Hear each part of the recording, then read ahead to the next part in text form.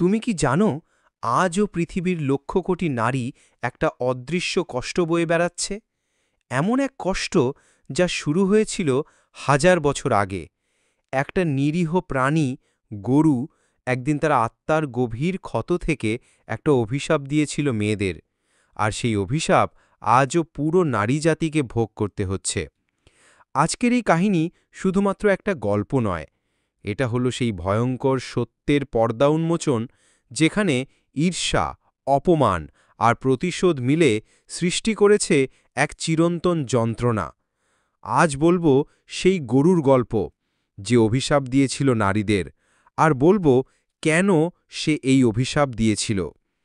অনেক অনেক বছর আগে, যখন পৃথিবীতে রাজাদের শাসন, ঋষিদের ঔরস আর দেবতাদের আশীর্বাদ একসাথে মিশে চলছিল, তখনই ঘটেছিল এক ঘটনা যা ইতিহাসের পাতায় লেখা নেই, কিন্তু মানুষের রক্তে আজও গাঁথা। সেই সময় অযোধ্যার দক্ষিণ দিকে ছিল এক ছোট্ট রাজ্য, গন্ধারীপুর। সেখানে রাজা ছিলেন ধর্মানুরাগী, প্রজাদের সুখে দুঃখে তিনি পাশে থাকতেন। আর তার রাজ্যে ছিল একটি আশ্রম, ঋষি অগ্নিবেশের আশ্রম। ঋষি অগ্নিবেশ ছিলেন ভগবান ব্রহ্মার উপাসক। তিনি সব প্রাণীকেই সমান ভালোবাসতেন। আর তার আশ্রমে ছিল বহু পশু পাখি, গরু, হরিণ, পাখি, সবাই তার সন্তান। তার সবচেয়ে প্রিয় ছিল এক গরু, সুরভি। এই গরুটি সাদা, উজ্জ্বল চোখের, কিন্তু তার দৃষ্টিতে ছিল এক অপার বেদনা। কেন এত বেদনা ছিল সুরভির চোখে?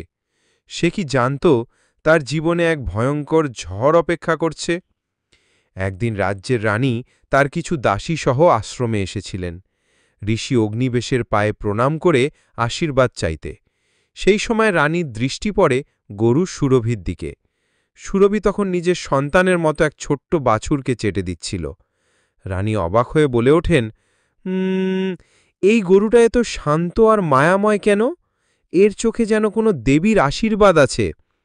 কিন্তু রানীর পাশে থাকা দাসী মালতী হেসে বলে ওঠে, রানীমা, শুনেছি এই গরুকে কেউ কখনো দুধের জন্য বাধ্য করে না, ও স্বেচ্ছায় দুধ দেয়। কোনো নারী এমন হতে পারে? রানী তখন হেসে ফেলেন, হয়তো মনে মনে ঈর্ষা জন্ম নেয়।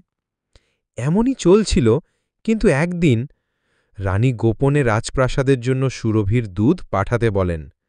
ঋষি অগ্নিবেশ বিনীতভাবে বলেন, রানীমা, সুরভি দেবতাদের জন্য দুধ দেয়, মানুষের লোভের জন্য নয়। রানী অপমানিত বোধ করেন। রানী ক্ষিপ্ত হয়ে এক রাত চুপিসারে মালতীকে পাঠান গরু সুরভিকে রাজমহলে নিয়ে যাওয়ার জন্য।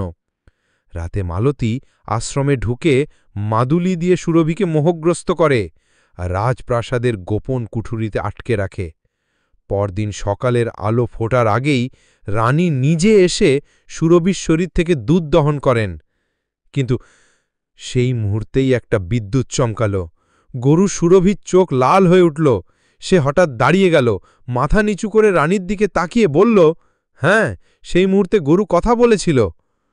বহু,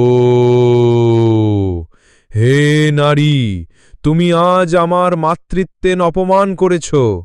আমি কাউকে দুধ দিতে অস্বীকার করিনি, কিন্তু তুমি লোভে মোহে আমাকে অপহরণ করেছ। তুমি নারী জাতির প্রতিনিধি।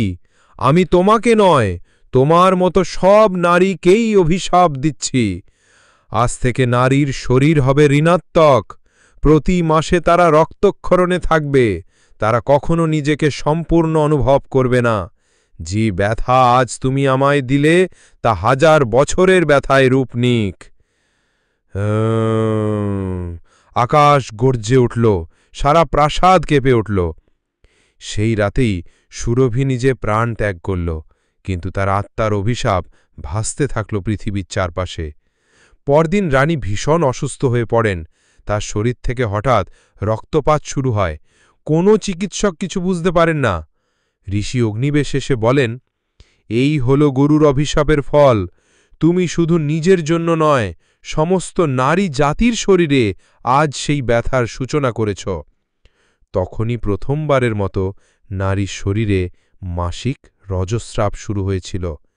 ঋষি বলেন, এই রক্ত শুধুমাত্র দেহের নয়, এই রক্ত হল সেই পাপের প্রতীক যা তুমি গরুর মাতৃত্বকে অপমান করেছ।